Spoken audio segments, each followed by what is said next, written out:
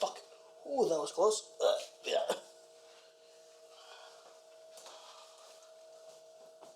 Hi! That was so dumb.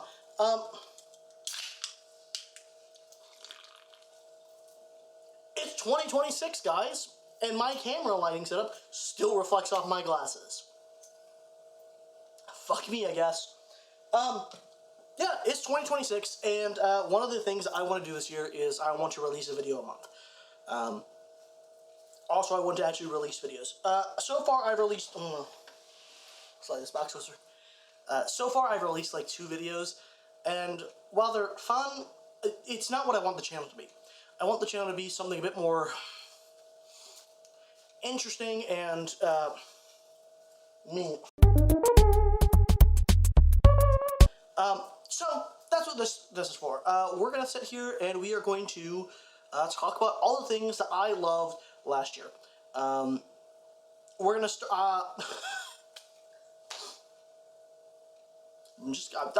I'm running this unscripted. There's a big gap there that you won't see. I'll cut that out. But we're just gonna go through a list that I have on my phone of things that I really enjoyed this year, and I want to go through all of them and just talk about things that I loved 2025. We're going to start out with movies and shows, and then we'll get through different segments. We're going to talk about games, books and manga I've read, music I listen to, and then we have other miscellaneous things which we're going to talk about. And this should be a fun time that is not terrifying and chaotic like 2025 has been, because we're in 2026 now, and nothing bad can happen. So with that being said, let's get into it. So the first thing that's on my list, movie-wise, actually, I'm not going to read the first thing, I'm going to talk about the first thing. I started watching The Sopranos this year. It's fucking fantastic. I haven't finished the first season yet, at the time of recording this. I may have watched like 2 episodes today while waiting for my family. That's not the point, though. I'm not going to talk about it much. I'll save the full Sopranos review for next year's 2027's things I loved, or 2026's things I loved. But I want to get The Sopranos in here. So far, I rate it like a... Pardon me. It started off a little bit slow for me, but right now I'd put it like a solid 7 out of 10. But I know it's going to get better. It's more just, I haven't gotten into the meat of it, you know what I mean? So going in first, Late Night with the Devil. Watched it for the first time this year. Fucking fantastic. 9 out of 10. The only thing that really brings it down for me is there's a few choices I wouldn't have made, and I'm not a fan of the fact that they used AI assets. But other than that, I love the movie. It's fantastic. K-Pop Demon Hunters. 8 out of 10. Upon more rewatches, I don't think it's the best thing since sliced bread, but I mean, the animation is beautiful. I think it's doing something fun. It's getting people into K-pop, which is a genre that I really like, and less people are thinking it's a cringe genre for basic white girls, so I see this as an absolute win. Superman, 9 out of 10, solid in theaters. I've watched it like 10 times since. I really like Superman. It's a really good movie. The few nitpicks I have bring it down to a 9 out of 10 instead of a 10 out of 10. But it's nothing that like stops me from enjoying the movie, and I don't really want to harp on them. The big win for me is Nicholas Hoult as Lex Luthor. Does a fantastic job. Love the movie. Talk to Me. I went into Talk to Me. By the way, it's a 9 out of 10. I went into Talk to Me expecting a B-tier horror movie. But when I went in expecting a B-tier horror movie because of the trailers. And I'm so glad that I went in and then watched reviews of it, because holy fuck. Oh, Talk to Me is such a good movie. I can't put it as a 10 out of 10. I don't think it's perfect. The pacing isn't weird, but there's a couple times where dialogue feels out of place. And I feel like I'm missing a little bit of context to make it really hit home. But I scared some friends shitless watching it, so I love the movie. It's fantastic. GGST, or Guilty Gear Strive Dual Rulers, anime continuation of the story of Guilty Gear Strive, or of Guilty Gear, following the events of Strive. I really like it. I put it on here as a 7 out of 10. I don't think it's great. Dual Rulers is an interesting thing to rate, because as someone who is a fan of the Guilty Gear games, I love the lore, I love the characters, Bridget, my beloved. I went into it knowing a lot more than most people did, so for me, the series was more enjoyable. But without context, without being a lore nerd like I am, I think it's kind of hard to get into the actual show itself and be like, oh my god, this is fantastic, like I was. So I gotta give it like a 7 out of 10 because I do think it drops the ball in a couple of points, which the balls dropped pick up in the actual game Strive with Unika's story, in my opinion. But even still, I can't really count like, hey, you did things that I liked, you fixed the problems that I had in external media. That's a fighting game that not everyone's a fan of, even though I'm a nerd for that shit. And so I don't think that that is particularly something that is good, and I think actually knocks it down a point. Swig break! I'm not sponsored by Swig, I just watched too much Papa Meat this year. Going into Fantastic Four, I rated it a 6 out of 10. I really liked it. I'm a Fantastic Four fan. I have been since I got a big book of Fantastic Four comics for free when I was younger. And I absolutely love some things that they did. I think they got the characters mostly right. I think it is good. I think it's missing like a solid hour of movie. That is my biggest complaint, is that it's missing an hour of movie, and while I love it, and I would absolutely watch it again, I'm not paying for Disney Plus, but, you know, I've considered buying it on DVD. While I absolutely love it, I can't give it higher than 6 out of 10 because it is solidly missing an hour. I would love to see a director's cut of it, like a director's cut of, not Batman vs. Superman, like the Snyder cut of Justice League. Transformers 1, finally watched it this year, 8 out of 10. 8 out of 10. Fuck it, no, I'm bumping that up to a 9 out of 10. No, fuck it, 10 out of 10. I fucking love Transformers 1. It is such a good movie, and such a fresh take, on the series. It's really sad we're not gonna get, like, another one. It's not gonna happen. You can't convince me it's gonna happen. That was so good. Lord Starscream got some screen time, my beloved, and a good version of Lord Starscream, the goofy version, which I love. So I'm a big fan of it. It's really good. Biggest complaint is on the voice acting. Sometimes with like guy whose name is Bumblebee. I'm gonna get him wrong. Jordan Peele, right? Yeah, it's Jordan Peele. I do not like. Okay, I like his voice, but it's very obvious that it's him. And same thing with Scarlett Johansson. It's very obvious that it's Scarlett Johansson. And so I gotta dock those a little bit. Saiko, The Large Family. I gave this an 8 out of 10. This is I haven't watched all of them yet. I just haven't gotten around to it. This is I think it's a trilogy of Japanese horror movies that are, the other ones, to my knowledge, are not super subtle, but Saiko, Large Family, is insanely subtle and works for me in such a big way. I'm going to talk about this more with a movie that's coming up, yeah, it works for me incredibly. We're going to loop back around to why this movie worked particularly for me and made me so scared. Great horror film, love it, 9 out of 10. Saint Maud, 9 out of 10. I know a lot of people who rate this movie pretty low, as in like the 5 to 6 range, and I don't understand that. In my opinion, Saint Maud is a great example of how to do horror that does not have any deeper meaning right. All the criticisms of Saint Maud that I have seen have been people going, oh my god, but it could be so much more than just a girl who's gone crazy. Or, oh my god, it could be so great. And in my opinion, no. I love the fact that the director took a bold choice to make a beautiful film about a lady who's going crazy and sets herself on fire. Great. I absolutely love it. It doesn't try and do the whole bait and switch, maybe it's supernatural, which I don't hate that, but I've gotten a little bit tired of that throughout the years, so I am very happy that this has happened. So I really like Psycho, not Psycho, I got distracted. I saw Psycho above it. Oh, my dyslexic ass. I really like Saint Maud. It's a really good movie, 9 out of 10. Kotoko. Fuck you, Super Eyepatchwolf. Am I blatantly kind of taking this whole idea for this video from you? Yes. Did I watch this movie entirely based on your suggestion? Yes. Fuck you, supereyepatchwolf. The movie I'm talking about is Kotoko. This is I never want to watch this movie again. 10 out of 10. This is one of the scariest movies for me ever. So Kotoko is a Japanese horror film about a mother who does not have an entirely good grip on sanity and is dealing with depression and what it means to be a mother. At least this is what I got from it. Things like how to be a mother, things like that.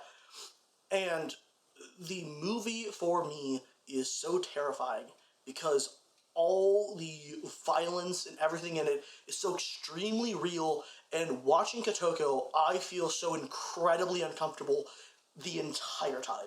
From the first scene to the last scene, I was uncomfortable, and at the end, I actually stopped and broke down crying for like a solid 5 minutes. I never want to watch this movie again. I own it. If my friends say, hey, you want to watch it? There's a good chance I will say, fuck no. If you make me watch this, I will stop being friends with you. It had such a profound effect on me. It worked for me in such a Hi, editing Connor here. I fucking realized horrifying that, way. I did I not hate the movie. explain 10 out of 10. why Saiko and Kotoko work for me very well, and I want to loop back around to that while I'm editing a video while feeling very sick. The reason these two horror movies work so well for me is because they are playing with the uncanny valley in a way that affects me personally. I don't really get scared by axe murders and stuff like that. But what really gets to me is something being just off enough for me to put something horrible in its place. And those two movies have that in spades, and they work for me in such an incredible way. Yeah, that's all I have to say. Enjoy the rest of the video. Sorry for the audio quality. Bye. Fuck you, supereyepatchwolf. Nosferatu 2024. Fantastic. I really like it. Oh, I did put the Sopranos on here. It's a 9 out of 10 on here. There you go, 9 out of 10. Nosferatu 2024. Robert Eggers, please keep making movies. I never want you to stop. I'm so excited for Werewolf. Nosferatu is a solid 9 out of 10 for me. Part of me does wish it was in German, as, you know, it takes place in Germany. I understand why it's not, but part of me does wish, or even if it wasn't set, or even if it wasn't in German, I would have really liked it if the movie itself was done with German accents. Again, I understand why it's not. It's done as an homage and stuff like that, but it was a downside for me. William Dafoe, or sorry, not William. Willem Dafoe is not a Willem Dafoe. I don't remember what that's from. I'm gonna stop. I really like that game, or not that game. I really like Nosferatu 2024. Willem Dafoe does such a good job, and girl's name, fuck, I think it's Depp, does such the scene where she is like doing the shaking while she cries and does the speech. You can look it up on YouTube. Everyone knows it. Watching clips of it, I did not like it. Watching it in context of the movie, fucking love it. It is so phenomenally good. I cannot express how much I like that enough. Going into games, Dead or Alive 5 and 6, I tried this year. I don't play Dead or Alive 6 as much, but I really love Dead or Alive 5. I've been playing it for a while. I like it so much, I own it on PS4, both games on PS4 and PC, because I use my PS4 as like a fighting game console to take to friends' houses. I absolutely love it. It's a fantastic game, or both of them are. I think the more I play 5, the more I like 5 over 6. Especially going back recently, I played 6 again with a friend, and the 5 is so much tighter. I really like it. I'm trying to find a copy of DOA 4 for the Xbox because I really wanted to play Master Chief. So I really like the game. It's really good. I won't rate games. No, fuck it, I will rate games. I didn't write ratings down for them, that's why I said that. Dead or Alive 5, I give like a 10 out of 10. I think it's one of the best 3D fighters out there. DOA 6, I'd give like a 7 or an 8 out of 10. I think it's a really solid introduction to 3D fighting games, But I think once you have an idea of the basics, the more you play something like DOA 5, I think you'll like it far more. Killer Instinct. I think it's the most recent one with General Rom and the Arbiter I played this year, and I really love it. I am solid. I had never played it, but I'd always heard good things, and I fucking love it. The combo breaker system, I think, is absolutely genius. I am so excited for Invincible Versus because it's made by some of those devs.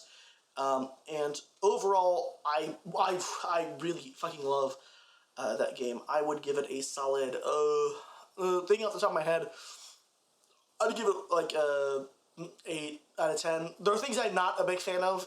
Combos are a bit long for my taste, but that's more a personal thing, and the only character that I really, really like playing in that game is Arbiter. Other characters are kind of fun, but they're not Arbiters, so I do have to knock it off a little bit. Nine Souls. Nine Souls is a game I have not finished because I suck at those kinds of games. But it is a game I played. From what I have played of it, we'll talk about finishing it. If I ever finish it, I'll probably make a video on it because it's really good. Nine Souls is a game that I really like. I will recommend it to everyone. Even though I haven't finished it, I'd give it like a 8 or 9 out of 10. The parry system is really good. I like the art direction. The music's fantastic. It's fucking hard. So yeah, Nine Souls. Marvel Rivals. I have played a fair bit of Marvel Rivals. I'd give it a solid 8 out of 10. I do have problems with it. Optimization-wise, it is a bit rough to run. I don't know how they're getting that thing to run on PS4. And I do not like how I have to compile shaders now. I would much rather compile shaders in a menu before booting up the game than boot up the game and not be able to do anything for like the solid 5 minutes that it takes to compile shaders on my PC because of how slow it makes the game. I would honestly, I would give it a 9 because I really like the game, especially now that Rogue's here. Oh my god, I love Rogue. I'm a Rogue main. I'm a Rogue stan. But the game itself has become annoying to boot up, so I find, like, if I don't play it for a while, so I find myself booting it up less, which is another problem we'll talk about later down on here. For Honor's DLC, this year, the main one I want to talk about is Afira. Or not Afira. Why did I say Afira? I mean, I love Afira. But Virtuosa. Virtuosa is my favorite character in the game now.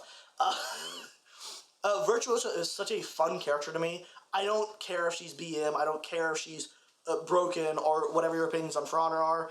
I really love Virtuosa. I think she is so much fun. 10-10, Virtuosa, my beloved. I really like rapiers.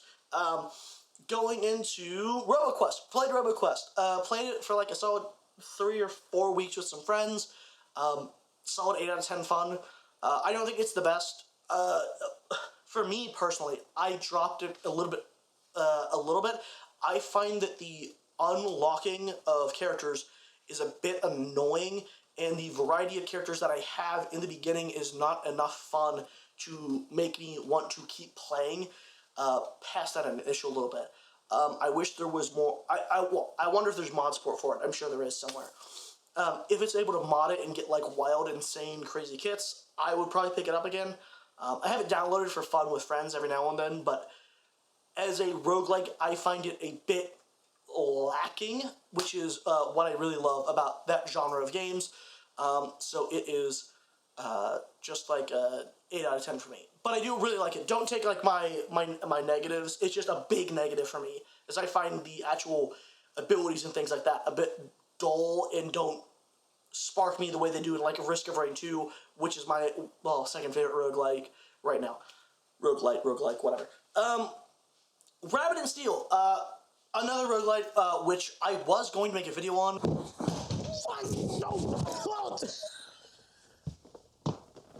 Oh,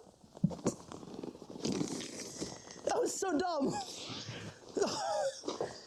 Ow. Oh, that's such a dumb bit.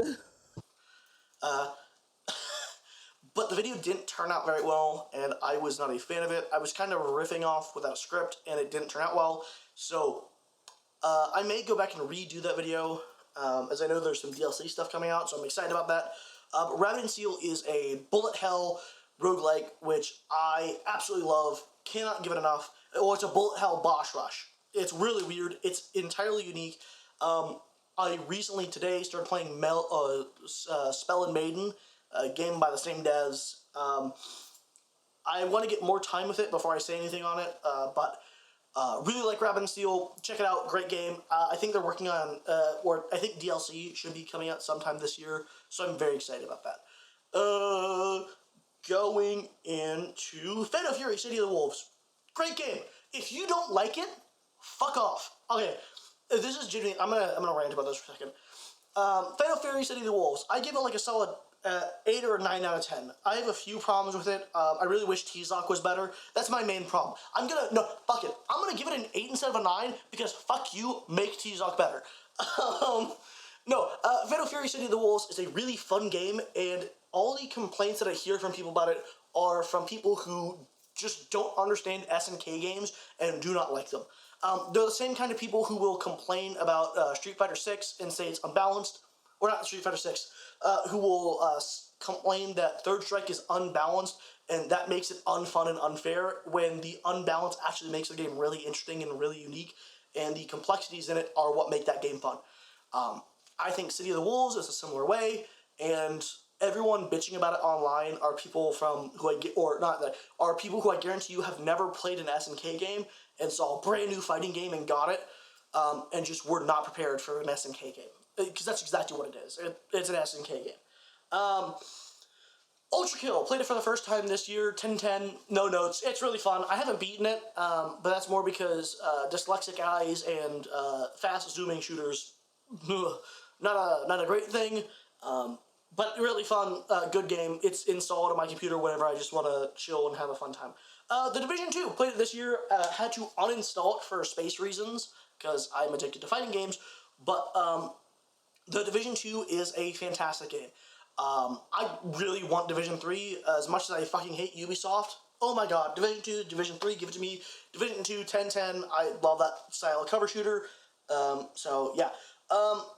Tactical Breach Wizards, fucking 10-10. If you have not played Tactical Breach Wizards, go fucking play Tactical Breach Wizards. I'm probably going to make a video on it.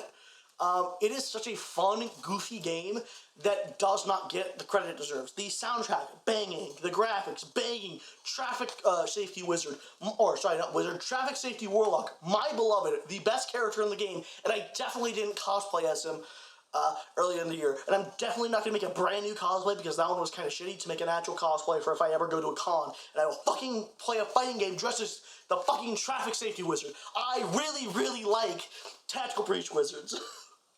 I gotta.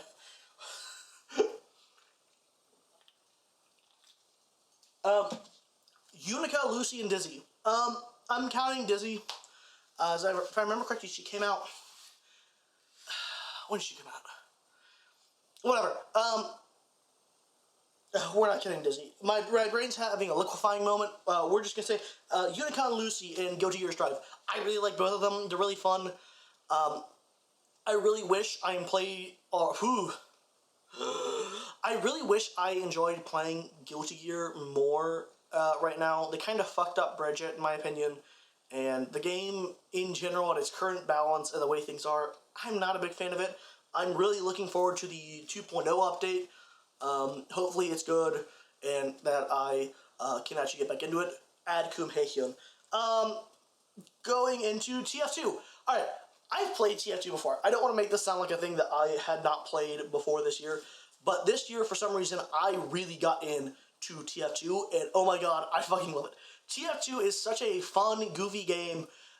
Spy, I actually put time in to learn how Spy works, and oh my god, Spy is one of the most fun characters I have ever played in any, team hero shooter thing ever.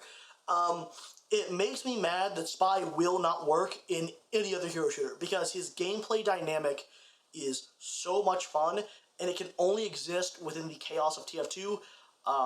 And so, yeah, TF2, love the game. MBAACC, for those who don't know what that is, it's, testing my knowledge here, Melty Blood, Actress Again, Current Code.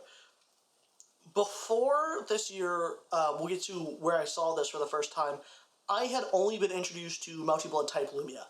I've tried playing it multiple times. I own it. I don't like it. It's not for me because it's not what Melty Blood is. I've played it now. I do not like that game. But oh my god, MBAACC is so much fun. Powered CL is my favorite character. Um, dude, it's so much fun. I can't even begin. I'll put some footage playing on the green screen in the background while I'm yapping. It is such a fun game that I found a love for a game that I will never play competitively because of how hard it is and the level of skill required. But even just messing around with bots, I have a fun time playing that game, and the community is super nice, and I cannot give enough praise about it. Shapes and Shapes 2. Shapes 2 I have less to say on, but Shapes is a fantastic game. 10-10, no notes. Play Shapes, get Shapes, Shapes. It cured my autism. Actually, no, it didn't. It made it much worse. Sorry, I'm starting to speed run here. Because we are at, 25 minutes, and I don't want to edit. Satisfactory, played it with a friend, really fun. I've recently uninstalled it. Really good game, really fun. I think it's more fun with friends than it is without friends, but great game, Satisfactory. DJ Hero, I would pull out the peripheral, but it's over there, and I don't want to walk past the cores that are my lights. 10-10, fantastic. I want to play DJ Hero 2, I just haven't found a copy yet. It's a music rhythm game where you play a DJ with like a turntable on what's it called? What's that console called? I'm looking right at it. The Wii. Great game. Play it. Arc Raiders. 7 out of 10. I really like Arc Raiders. I really like Embark Studios and what they've done with the finals. And I really like Arc Raiders. I am not the biggest. Okay, so Arc Raiders, a game that I really enjoy, but that I have a hard time playing with friends, which is a little bit annoying because the game is definitely more fun with friends. I am someone who just wants to go in, collect a bit of loot, and get out. I really don't care about the whole PvP side of things, or honestly, even the PvE. I like going in, looting houses, and leaving. I know I'm weird. And so, for me, the gameplay is so much fun, and I like the risk of the team, but I like playing it solo most, but I find the game most fun with friends who have different philosophies to me. So it's a weird game. I'm trying to get around my hangups with it so that I can play it with my friends because it's really fun. Noko, I almost said Neko, in Warframe, as well as Warframe Old Peace. I started playing Warframe last year. I have 400 something hours. Oh, I almost have 500. Ooh. Split between my Switch and my desktop. Absolutely love the game. 10-10, no notes. Play Warframe. Warframe Old Peace is really good. I will not slander that. Noko's one of my new favorite frames. He's up there with Corvix for me. Please give me Corvix Prime. And I absolutely love him. I will play Warframe until the day I die. Going into books and manga I have read this year. This first one, a friend told me to read. Fuck you, sausage. It's called The Summer You Were There. I'm not going to talk about what this is. It's 10-10. You should read it so that you can say fuck you to me. Read The Summer You Were There. It's brilliant, and yeah, I'm a big bitch. It's so good. Another one by the same friend, Isekai Samurai. Really fun little manga. I didn't read that much into it, but I really enjoyed it for what I did read. I won't give it a rating because I haven't finished it, and I really need to pick it back up and finish it. But really good from what I have read. Young ladies don't play fighting games. 10-10. I'm a fighting game nerd, if you couldn't tell from the amount of... putting my knee up. The amount of fighting game content I've talked about on here. So, yeah. 10-10. Go read Young Ladies Don't Play Fighting Games. I can't wait for the anime. Go-senpai's Counseling. Postmore. That's the only note I have. 10-10, Postmore. If you haven't read it, go read it. It's so good. And then Dandadan. I am not currently caught up with Dandadan. I need to catch up with Dandadan. I don't want to say more. Go read Dandadan. It's really good. 10-10. The anime's good. The manga's good. It's so good. There are a couple of books I have read this year. I won't cover them massively, as they're all moral philosophy and economics, but they're really interesting. So know that in there, there's moral philosophy and economics as well in there. Swing break.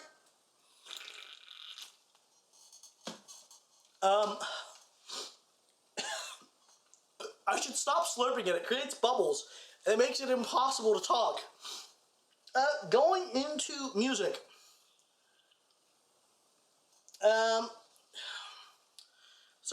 Going into music, I've got a few things in here, nothing super massive, but we're gonna blaze through this. Midwest Emo by Sandwire, or Sandowire, I don't know how to pronounce it. It's instrumental in Midwest Emo, really good. The first track is Minecraft music, but made Midwest Emo, fucking fantastic, 10/10, great. No vocals. If there were vocals, solid 2 out of 10. But because there aren't, 10/10. American Hedonism by Your Neighbors. This is an album that a friend sent me. The song Sarah made me cry. Every time I hear it, it makes me cry. It is such a good song. Your Neighbors is a... I've seen the guy interviews with the guy. I think they're technically a band, but I know it's being mostly produced by one guy, so I won't call them a band. I will just say Your Neighbors are fantastic. You listen to them; they're really good. Idols by Yungblud, 9 out of 10. Oh, sorry. Ranking on American Hedonism, 9 out of 10. Idols by Yungblud, 9 out of 10. Yungblud is one of my favorite artists ever. The song Is There Any Life on Mars was really important to me when I was struggling with things in 2020, so much that I want to get tattooed on my arm. I just haven't done it yet. This album, Idols, is objectively his best album, and if you don't think so, you're just not listening to things. I think I enjoy his other albums. I would not rate them. Okay, personal ratings, like 10/10 on Weird. His first ones are okay at best, and then YB3, as it's commonly called, self-titled album, I'd rate like a 6 out of 10. It's not great, it's fun, but it's not great. I wouldn't call any of his old music genuinely good. I do think his new album, Idols, is genuinely a good album. So I'll give that a 9 out of 10. It's really good. Corporation Pop by Hot Milk, 10/10. Go listen to Hot Milk. It's really good. I have no real notes in it. I've only listened to it like twice. I listen to a lot of music. This is just the music that I felt like really noting down. But go listen to Hot Milk. It's a really good album and very fun. Even in Arcadia by Sleep Token. Oh, Hot Milk was 8 out of 10. Even in Arcadia by Sleep Token, 9 out of 10. I really like this album. I really like this album. I do have a few structural problems with it. I think it's their best work, but I also think it's a work that I am not sure will age entirely well. And I think it's entirely because one of the best songs off the album, Caramel. I wish they had released Caramel as a standalone single instead of including it in the album. Because in this album, you have this strong... Okay, Sleep Token as a band has strong narrative ties throughout their albums. And one of my big problems with Even in Arcadia is, as you're listening to it, you have this really well-structured story that's following off of the end of not Even in Arcadia, their last album, Eden, whatever the fuck. I'm blanking on the name right now.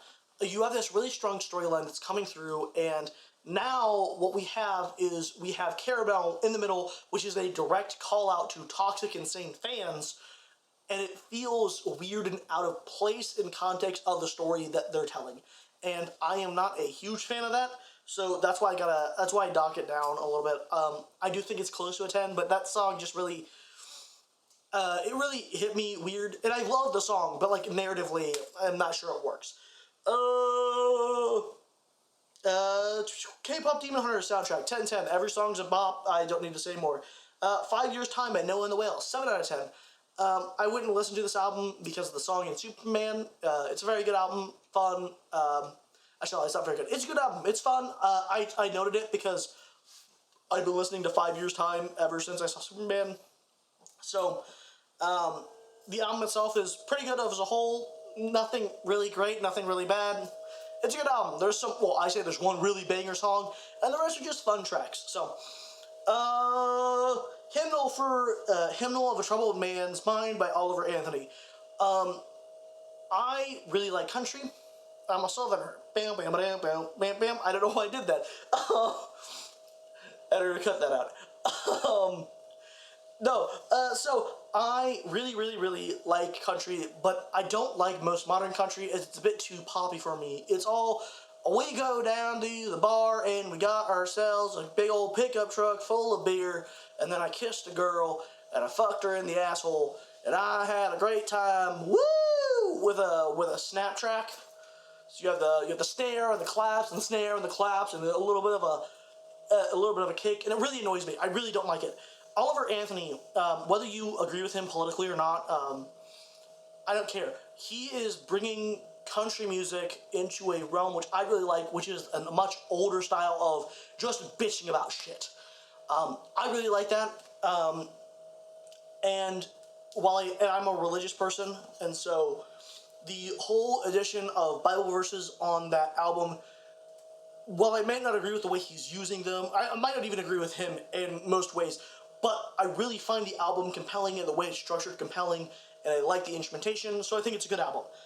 Cobwebs and Cocaine is a banger. Listen to it. It's fantastic. Going into Lone Star Luchador by Mexican OT. Just a great album. It's one of the songs off that album, Johnny Dang, is one of my most listened to songs this year. I have no more notes on it. It's just a banging album. I'm not even going to say anymore. It's a great album. I love it.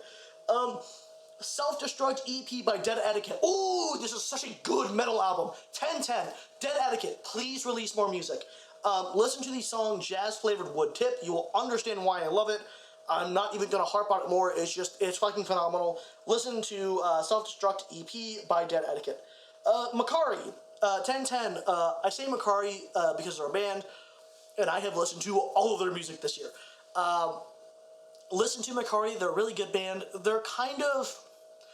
They are on the verge of being pop punk while still being in that indie rock side of things, in my opinion. Their bass work's really good. Their vocals are fantastic. Their drums are really good. Their guitar work's okay.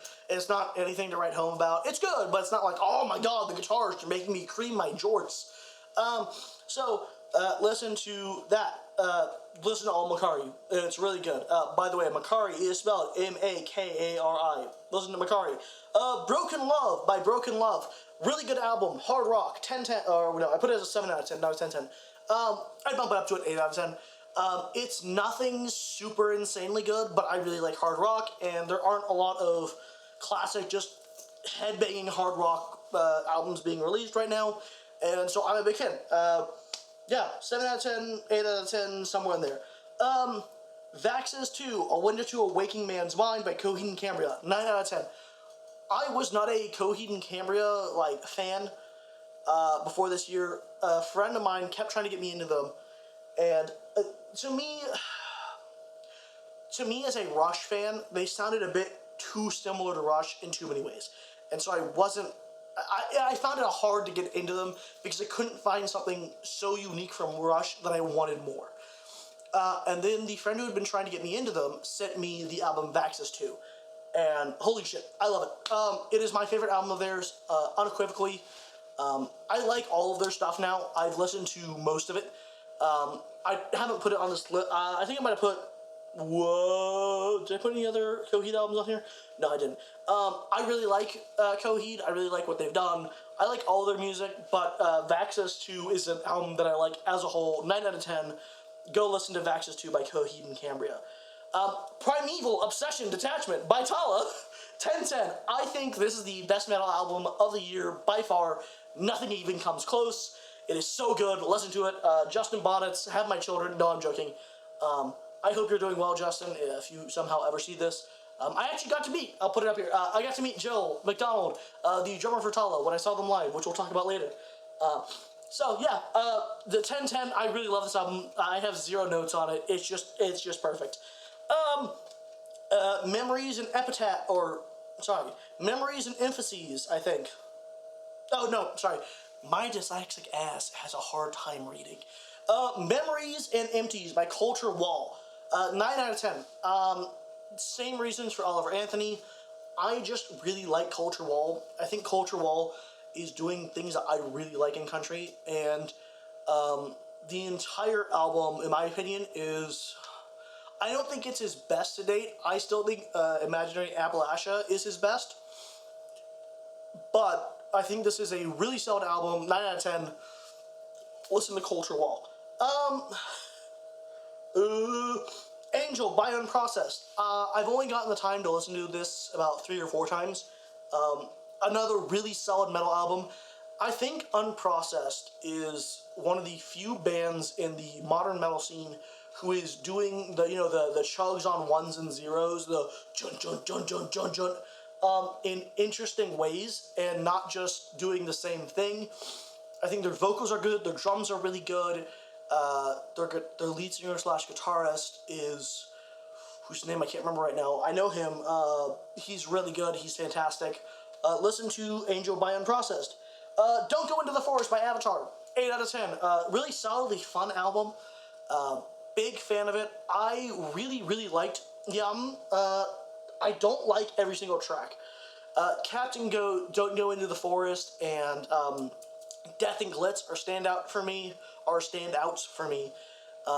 And I think they are fantastic and really good.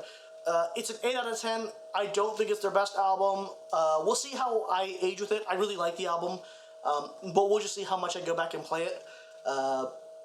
I like it more than their last album, but, it's no Hail the Apocalypse, so what are we really doing? No, I'm joking. I love you, Avatar. You're all great. And with that, we are talking about the other things that I've done this year. Starting with, not Knocks Out, starting with Frosty Faustings 2025. Frosty Faustings was my first ever major tournament, and the first in-person tournament I have been to since a random tournament I happened to be at because I was at an arcade as a kid. I'm not that old. I just live in the South where things take ages to change. I really liked it. I went 0-2 in Guilty Gear Strive. I should have entered Third Strike while I was there, but I was trying to be a competitive Guilty Gear player at the time, and things in life were not going great. So I didn't give it my all. But it was a really fun time. I had a great time just playing games with people, watching sets. It was really good to watch Leffen crash out as he lost. So, yeah, all in all, good time. I'm not going to rate these things. It's just things that come up. Korean joysticks. This year, I switched to using a Korean lever in my fight stick. This was mostly because I was genuinely just curious to see what it felt like. I found myself playing a lot of Tekken 7 with a friend, and so I bought myself a Korean lever, and I put it in, and I tried it, and oh my god, I love it so much more. I play Third Strike, and I play specifically Q in Third Strike, and for him, for other characters, I find that, so like Ken, I like a Japanese lever more in general. If I were mating Ken, I'd use a Japanese lever, but for Q, I find that the feel of a Japanese lever works better with me. Same thing with Marisa in SF6. In any game that I play that requires an actual physical lever and not a leverless game, because I switch back and forth depending on the game, I like the Korean lever more, and I'm going to continue to use it. I don't think I'll ever switch back to using a Japanese lever as my primary lever. God help you if you use an American lever. Going into another thing, Minolta 110 Zoom. Minolta 110 Zoom. This is a 110 camera that's an SLR. It's not a DSLR because it's not detachable. But it's a really fun little camera to shoot. Editor, put a photo of it right here. Wow, isn't that so cool? So I really like it. It's fun. I got it for pretty cheap. The lady who sold it to me was willing to ship it to me off Facebook Marketplace, even though she didn't have it listed for shipping. So absolutely worth it. Thank you, lady who sold it to me. You don't know it's me, but hey, it's me. Drawing. I picked up drawing this year as a hobby. I kind of started it last year, but I actually really picked it up this year as a hobby that I was doing, and it has been so relaxing and therapeutic for me. I plan on drawing more and releasing some like one-shot manga-inspired things on webtoons and stuff like that because I think it sounds fun. Swig break! Another thing I love, a real sugar Pepsi. Drink it, it's better than Coke. I'm congested. But yeah, no, Minolta 110 Zoom, my ass, is really good. Drawing, that was the other thing. Coptic Orthodox Easter. As I mentioned above, I am religious. I specifically fall into the category of Coptic Orthodox Christian. And I went to their Easter service for the first time this year. I'm not baptized, that's why I say there. I'm kind of in between churches and stuff. But I went to it, and it's such a different experience that even if you aren't like Christian or religious at all, if you're at all just interested to see how other cultures do things, if you have a Coptic Orthodox church and you are able to go to an Easter or a Christmas service, I cannot recommend it enough. It is such an interesting, beautiful experience. I can't speak for Christmas. That happens in a couple days. We're a little bit different, or they work on a little bit different calendar. I'm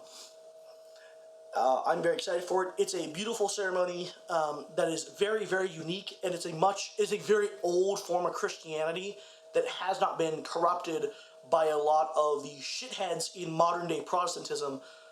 So I think it's really interesting, and if you're someone who is, I wouldn't necessarily say anti-Christian, but if you don't like where modern day Christendom is at, it's an interesting experience to go back and look at what ancient Christianity was more like after Chalcedon and stuff like that. So yeah, go to Coptic Orthodox Easter. It's really fun, even if you're not Christian or anything. I can't recommend it enough. It's a good experience. 6-speed manual transmissions. Same friend who introduced me to a bunch of the music this year got a Miata this year with a 6-speed manual transmission, and he let me fucking drive it. So much that when my car dies, the transmission shits itself, and the engine decides it's not gonna work anymore, I'm gonna put a 6-speed in my car because I like 6 speeds that much. I have no more things to say about that. Evo 2025, I thought it was really good. I didn't physically get to go, but watching it, it was a ton of fun. I thought all the finals were really good, especially the Under Night Ember 2 final. If you haven't watched it, go back and watch the top 8. Even if you know nothing about Under Night, it's just a damn good final. And Mena RD won SF6 final, so I am so happy. I got to meet Mena this year, actually at Frosty Faustings. Editor, put up a photo. Wow! I got to meet Meta, and he's such a nice guy, and he's my favorite Street Fighter player. So, yeah, I'm so happy for him. Good job, Meta. Kindle. I got myself a Kindle this year and jailbroke it to read books and manga. I have no more notes on it. Get a Kindle. It's better than the physical books, and jailbreak it. Buy an old Kindle. It's a good way to read, detach yourself from this fucking thing, and not support Amazon. So, all good things in my book. Hanabi Live, one of my favorite J-metal bands. They released a bunch of singles. I'm not gonna, they're all in the love category, but I'm not gonna go through and sit through a bunch of singles that I listened to this year. But I got to see them live, and they were fantastic. One of my favorite experiences of the year are all live bands. I saw a lot of live bands this year that I really like. Peach Pit Live, another one. Saw them at the same place, the same venue I saw Hanabi, but this time I went and saw Peach Pit with a friend. Fantastic. I will say it's really interesting as someone who is primarily a metalhead and mostly goes to metal concerts. I've heard a lot of people talk about how concert etiquette is dying, and I don't really get to see that because a lot of metal concerts, the etiquette is pretty set in stone. I don't know what it is, but something about being at a metal show, etiquette is so much more emphasized. And you'll just get punched if you're being a dick. So, it was really weird because Peach Pit had a lot of fuckheads who did not know concert etiquette. And that was a really interesting experience for me. But I got to listen to Private Presley live, and I cried because, as mentioned before, I'm a bitch. So, really good. 10/10. I'm just reading, I don't know why I read it, but it was really good. Bear Ghost live. Bear Ghost was another interesting concert because they are a small niche band that I really fucking love. If you haven't listened to Bear Ghost, go listen to them. They're fantastic. Please, please, please release another album. I need more than 2 albums. I really, really like Bear Ghost. They're a fantastic band. I saw them in this tiny venue. I'd be shocked if we were meeting fire codes with the amount of people who were packed in that venue.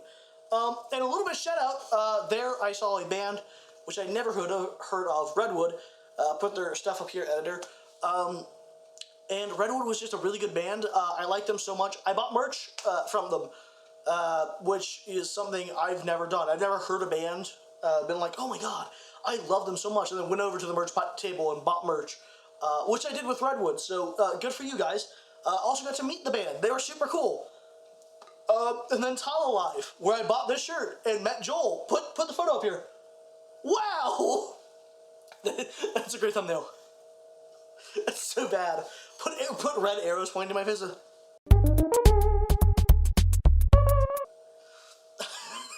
Do the I'm done. I'm sorry. Fucking around. Tala Live. One of my, or not even one of my, they are my favorite metal band. Beyond a shadow of a doubt, and they are one of my favorite bands, period. Justin Bonnets is my favorite vocalist of all. He's not my favorite vocalist of all time, as that goes to Elton John. He's a close second, though, and Justin is my favorite metal vocalist, and there's no one who even comes close to him, in my opinion. I also got to meet Joel McDonald, who is the second drummer for the band. He took over from Max Portnoy when Max switched to bass. And while Max still writes, to my knowledge, writes a lot of the drums, I didn't know that when I was really getting into the band. And so for me, I just saw Joel playing these things, and I'm like, oh my god, I love this. I really love his playing style. Seeing him live was super cool. He's one of the reasons I've gotten into drumming, and Joel McDonald, you're sick. Keep up the good work. I hope you get to write more parts because I think you're a great drummer. And yeah. And then finally, putting my phone down. Finally, Knocks Out 2025. Knocks Out was a local tournament here in Tennessee. Well, it wasn't a local. It was a regional tournament held here in Tennessee, which I didn't know was a thing that was happening. If it happens again next year, I will absolutely be there. I really hope it does. It was so fun. It was my first ever Third Strike tournament, and I went, ready for it? 1-2, which I see as an absolute win. Apparently, in our region, there are some absolute killers in Third Strike in North America, so I don't know, but I had a really good time. I got to play Q, I got to show things off, I got to hang out with fighting game people. I'm a little bit of an introvert, so I didn't make any new friends. A little bit of an introvert. You're a fucking massive introvert. Sorry, I'm talking to myself. And so it was just a really good time.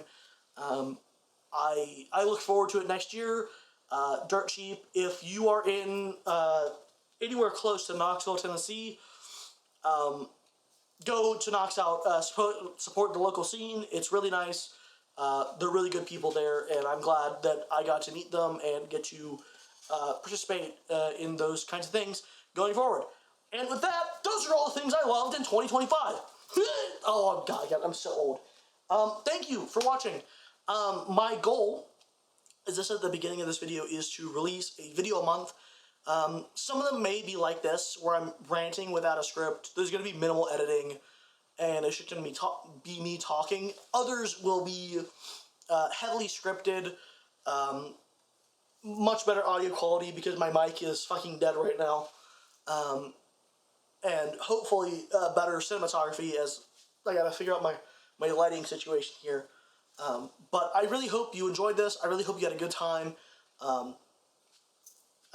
Give me a subscribe, a follow, a ding-a-ling-a-ling. No, but seriously, give me a subscribe, a follow. I'd love to follow you. I talk about fighting games and video games and all sorts of fun stuff. Thank you, supereyepatchwolf, for giving me the idea for this video. When you rank the movies you watched on your second channel, regular iPatchwolf, big kudos. Thank you to my friends and family and stuff. I don't know why I'm giving thanks. You don't care. Good night, everyone.